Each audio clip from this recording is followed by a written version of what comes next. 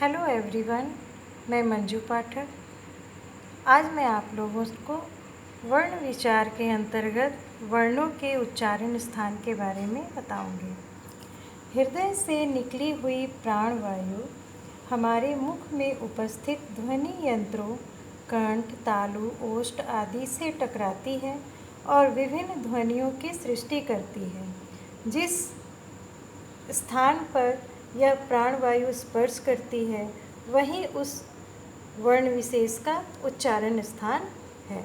जैसे मान लीजिए हमारी प्राणवायु हमारे मुख के कंठ को स्पर्श करती है तो उस वर्ण का उच्चारण स्थान कंठ हो जाएगा।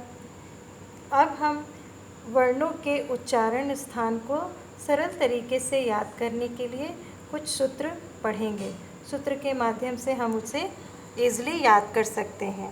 तो चलिए शुरू करते हैं। पहला सूत्र है अकुह विसर्जनीया नाम कंठः। अर्थात देखिए इस सूत्र में पूरे वर्ण आ गए हैं। किस प्रकार से? अ अर्थात अ, आ, कु यानी कवर्ग, ह और विसर्ग का उच्चारण स्थान कंठ है, अतः ये कंठ कहलाते हैं। ये सारे वर्ण कंठ कहलाते हैं। अगला सूत्र है इचु यशानाम तालु।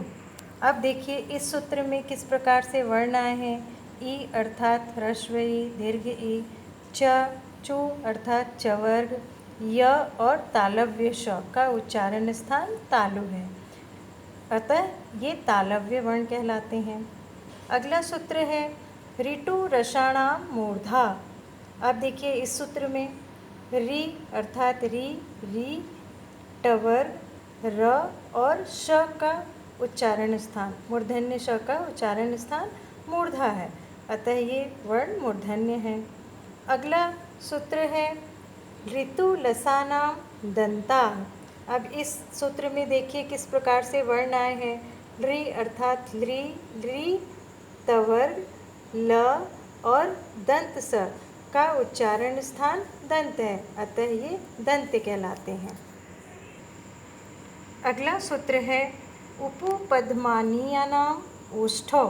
अर्थात उ यानी ह्रस्व उ, दीर्घ उ, पु यानी पवर्ग और उपपद्मानीय अर्थात प और फ के सामने अगर ये चिन्ह आए तो वो उपपद्मानीय कहलाता है।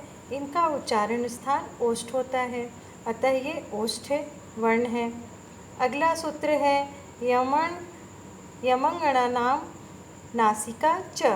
अर्थात य, म, अंग, ण और न अर्थात हर वर्ग का पांचवा वर्ण का उच्चारण स्थान नासिका है, अतः ये अनुनासिक वर्ण कहलाते हैं। इनका उच्चारण नाक की सहायता से किया जाता है। अगला सूत्र है एदैतो कंठ तालु। अर्थात ए और ए स्वर वर्ण का उच्चारण स्थान कंठ तालु है। अगला सूत्र है ओ दौतो कंठोष्ठम। अर्थात ओ और औ का स्थान जो है वो कंठ और ओष्ठ है। और अंत में ये सूत्र है वकारस्य दंत्योष्ठम। अर्थात व का उच्चारण स्थान दंत और ओष्ठ है। धन्यवाद।